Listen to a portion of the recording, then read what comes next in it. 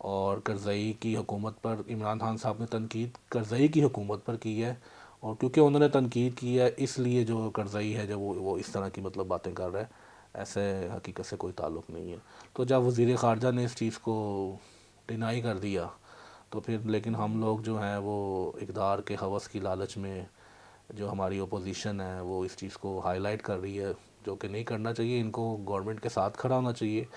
دیکھیں اندرونی طور پہ جتنے بھی مسائل ہمارے درمیان چلیں، لیکن قومی لیول پر اور فورن پالیسی کے لیول پر ہمیں اپنی حکومت کے ساتھ کھڑا ہونا چاہیے، لیکن جو اقدار کی خواص ہے نا وہ بڑی بڑی ظالم ہوتی ہے۔ میں آپ کو یونان کا ایک واقعہ سناتا ہوں۔ یونان کا ایک بت تراش تھا، اس نے ایک دیوی بنائی، بڑی خوبصورت دیوی بنائی اس نے نا۔ تو اس دیوی کو اس نے بنا کے نا ایتھنس جو کیپٹل ہے یونان کا، وہاں کے ایک چوک میں اس نے نصب کر دی۔ لوگ آئے، لوگ دیکھنا شروع ہو گئے، لوگ بڑا اس کی خوبصورتی سے متاثر ہوئے کہ سفید اور بڑی زبردست بنی ہوئی ہے۔ تو اتنے میں نا مجمع میں سے ایک بندے نے کہا کہ جی اس دیوی کی آنکھیں نہیں ہیں، اور تھوڑی دیر بعد پھر ایک اور آواز آئی کہ اس کے تو پاؤں بھی نہیں ہیں، پھر ایک اور آواز آئی اس کا تو دل بھی نہیں ہے۔ تو لوگ جو تھے نا وہ پھر مذمت کرنا شروع ہو گئے بت تراش کی، اور چیخنے لگے، مطلب یہ اس نے کیا بنا دیا اس نے۔ تو جب لوگ چیخ کر اور مذمت کر کے تھک گئے تو پھر بت تراش نے کہا کہ یہ اقدار کی دیوی ہے، اس کی آنکھیں نہیں ہیں، کیونکہ جو اقدار کے خواص یا پجاری ہوتے ہیں نا وہ اندھے ہوتے ہیں، اس لیے اس کی آنکھیں نہیں ہیں۔ اس کے بعد اس نے کہا اس کا دل نہیں ہے، کیونکہ جس کا دل ہوتا ہے نا وہ رحم دل ہوتا ہے، اور کوئی بھی رحم دل بندہ اقدار میں نہیں آ سکتا، اور اگر وہ اقدار میں غلطی سے آ بھی جائے تو لوگ اس کو ٹکنے نہیں دیتے۔ پھر اس نے کہا کہ اقدار اس دیوی کے پاؤں اس لیے نہیں ہے کیونکہ اقدار جو ہے نا وہ ہوا کی طرح آتا ہے اور ہوا کی طرح چلا جاتا ہے۔ تو یہ مسئلہ ایسے ہی ہے کہ یہ لوگ اقدار کے لالچ میں اندھے ہوئے ہیں، اور یہ اس چیز کو سمجھتے نہیں کہ یہ ساری چیزیں جو ہیں یہ ٹیمپریری ہوتی ہیں، ایسے ہی آتی ہیں اور ایسے ہی چلی جاتی ہیں۔ اچھا، یہ بات کر رہا ایک اور میں نے نا ویڈیو دیکھی تھی، وائرل ہو رہی تھی، جس پہ نا جو بارڈر پہ افغانستان بارڈر پہ باڑیں لگی ہوئی تھیں، وہ لوگ اتار کے اور فوجیوں کے ساتھ بحث کر رہے تھے، وہ کیا تھا؟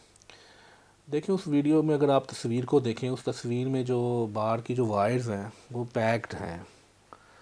جب ایک دفعہ آپ یہ وائرس لگا دیتے ہیں نا، ایک تو ان کو لگانا بڑا مشکل ہے، پھر وہ مطلب بڑی ان کو اتارنا بھی بڑا مشکل ہے، پھر اتار کے اس کو دوبارہ اس طرح پیک کرنا نا یہ پاسبل نہیں ہے، اس کے لیے بڑی ہیوی مشینری آپ کو چاہیے۔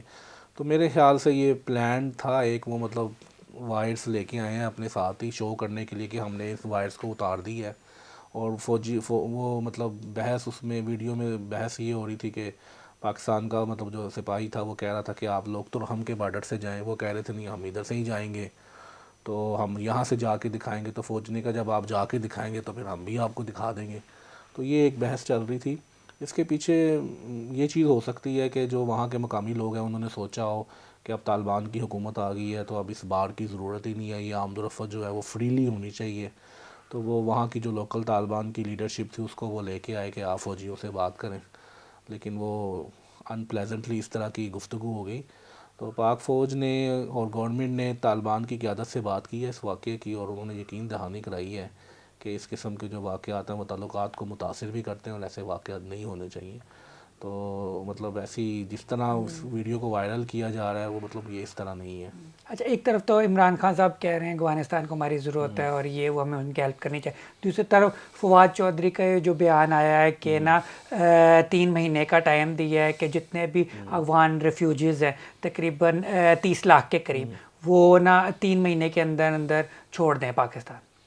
دیکھیں فواد چودھری صاحب نے ایسا کیوں کہا یہ تو وہی آپ کو بتا سکتے ہیں، میں تو اگر پازیٹیو وے میں اگر ان کے بیان کو دیکھنے کی کوشش کروں تو شاید وہ مطلب ورلڈ کو بتانا چاہ رہے ہیں کہ ہم 30-35 لاکھ لوگوں کو انٹرٹین کر رہے ہیں، اور یہ بھی ہو سکتا ہے کہ حامد کرزئی کے بیان سے فواد چودھری صاحب رنجیدہ ہو گئے ہوں اور ان کے رسپانس میں انہوں نے یہ بات کی ہو۔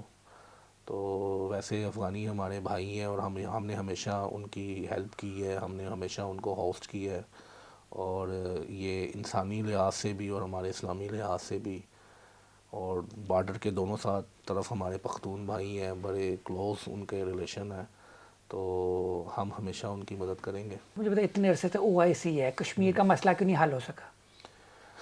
دیکھیں کشمیر کا جو مسئلہ ہے وہ بہت ہی کمپلیکیٹڈ ہے، اور یہ مسئلہ اقوام متحدہ کی قرارداد کے مطابق حل ہونا چاہیے، لیکن جو بھارت ہے وہ اپنی ہر ڈرمی کے اوپر ہے اور وہ اس کے مطابق اس کو حل ہونے نہیں دے رہا.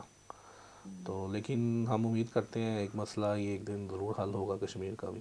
اچھا لاسٹ میں ٹھیک ہے بتا دیں کہ یہ عمران خان نے جس طرح یہ ہینڈل کیا ہے سارا کچھ OIC کے کانفرنس اسپیچ وغیرہ، اس سے آپ مطمئن ہیں ٹھیک کیا ہے انہوں نے؟ بالکل ٹھیک کیا انہوں نے. سب سے بڑی بات تو یہ ہے کہ اتنے شارٹ نوٹس پہ انہوں نے یہ سب کچھ ارینج کیا اور افغانستان کی بڑی اچھی ترجمانی کی. ان کی ترجمانی سے ہی تو 1 لاکھ مطلب جو $265 ملین ہے سعودی عرب کی طرف سے، ورلڈ فوڈ پروگرام کی طرف سے، اور پاکستان نے اپنی طور پہ بھی $30 ملین کی جو امداد کی، اور مختلف اور چیزیں بھی بڑی ڈسکس کی گئی ہیں اس کے اوپر.